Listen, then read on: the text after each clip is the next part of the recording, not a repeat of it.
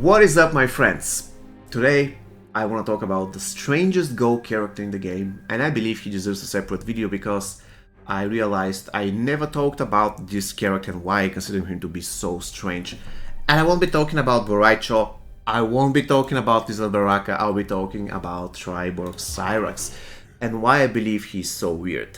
Now, if I have to summarize the video in 2 sentences, Cyrax is so weird because you almost never use him as a beginner and you almost use him all the time as a veteran. That's super weird.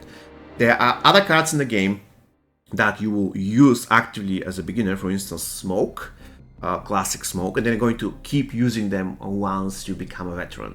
However, in the Cyrax case, you will hardly ever use him as a beginner, and there are multiple reasons for that. The first reason is that usually people, if they want to assemble a Triborg team, will go for Smoke, Sub-Zero, and for Sector, and they're going to leave Cyrax behind.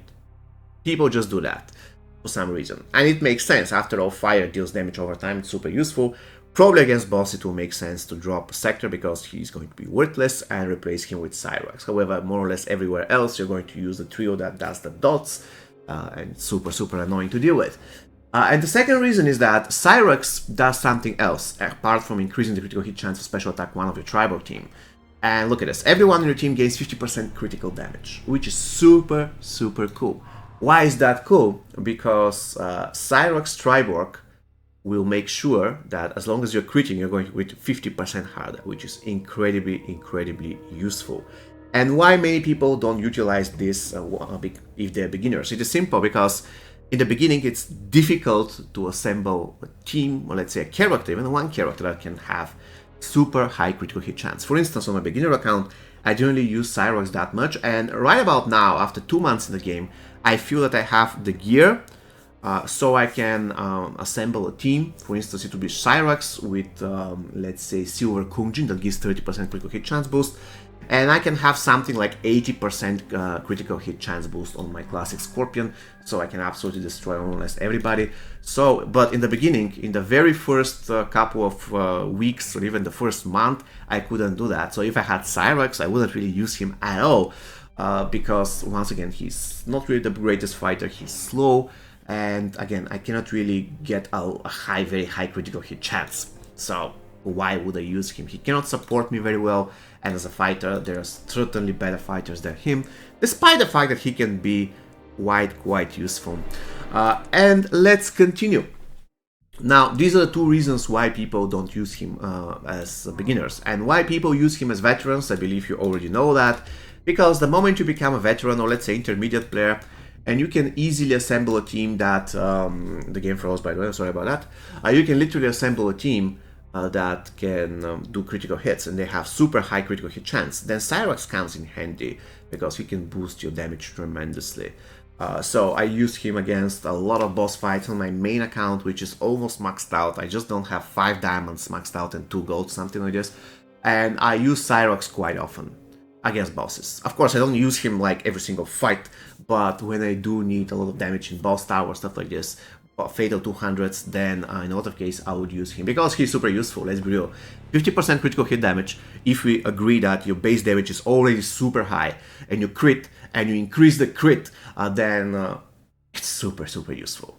And since I have a lot of good gear, it's very easy for me to assemble a team that has 2 characters that can get, let's say, 90% critical hit chance, and having Cyrax in the team as a 3rd member will make sure that my damage skyrockets. And this brings me to the second point, which is the weirdest silver card in the game. And by far, in my opinion, the weirdest silver card in the game, by following the same example, is Silver Kungjin. Silver Kungjin has a passive that's better than a lot of golds can offer. Look at this, 30% critical hit chance for all martial artist teammates.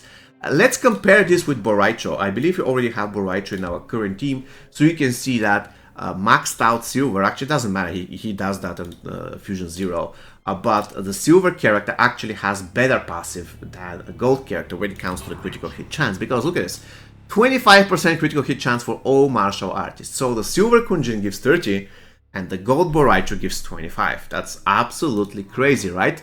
Now, granted, Boraicho has other part of his passive, but you see where I'm going. In the beginning, if you just started the game, what you will usually do is you will go for this guy, for Kenshi, because let's be real, Kenshi is a super good fighter. He has a lot of health, a lot of attack, and his passive is super good. He can become as good as gold, to be honest. So it will make sense to rely on Kenshi, and you wouldn't really rely that much on Kunjin actively.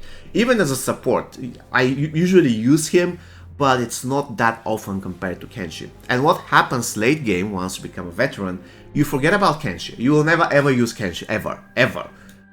If, for instance, he's required in specific challenge, of course you're going to use him, but in difficult fights, in towers, in crypt, you'll never use him. However, this is not the case for Kunjin. Kunjin, again, 30% critical hit chance. Imagine that it is the opposite situation. You have a lot of critical hit damage, but you're missing critical hit chance. Then there you go, 30% is absolutely busted. It is overpowered for a silver character. By far the best support out of the silver characters, and I mean by far. Nobody ever comes close to this. 30% critical hit chance is massive. And again, the more damage you do, the higher the final output is going to get. So in a way, if you have Kunjin and you are, let's say, a veteran, and you already deal 10 millions of damage, and this guy makes sure that every single hit crits, then you're good to go.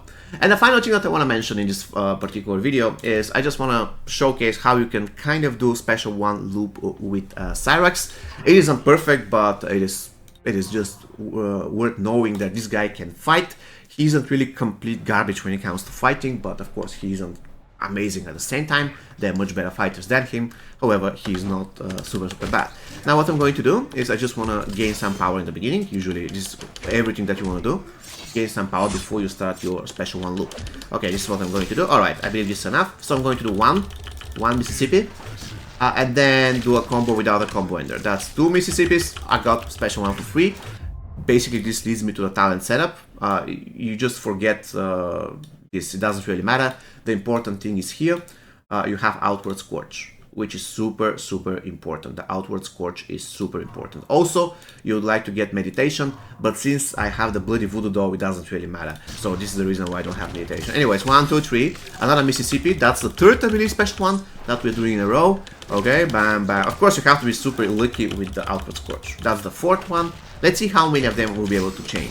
That's the fifth one. I believe we can do 2 or 3 more. Okay. Oh, we are super lucky, guys. Super lucky. Okay.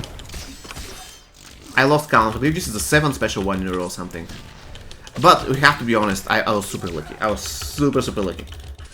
Okay. Usually you can do like 4 or 5. If you don't get any luck on the Outward Scorch, you can do like 4 or 5. And that's going to be... Yeah, I believe we are now. He's going to tag out now. Yep. Even worse. He's going to... Okay. So you see how you can easily do that with Triborg Cyrax. Again, it's not perfect because sooner or later your chaining is going to be interrupted. And unfortunately, he doesn't have any great buff or debuff on his special one. So yeah, he's going to block here. But what I'm saying is that he can fight. He's not super horrible, and if you don't have any other options, and if he's your highest fusion gold card, he can kind of do stun. It's not actually a stun, special one loop, and this is the gear I gave him, which is a super regular gear. The Bloody Voodoo, 15% reduced power cost on all special attacks. If you don't have this piece maxed out, then you should go ahead and use this talent. It does the same, basically, meditation. Your special one costs 33% less power, and at maximum level it gives 15% less power. So again, if you don't have the Bloody Voodoo, you can use that, and he can do like 3, 4, even 5 special ones in a row. And if you're lucky with the Outward Scorch, as you saw, it did something like 9 or 10. And yeah, so I hope you found this video interesting and useful. There you go, the 2 strangest characters in the game. See you next time, guys. Take care.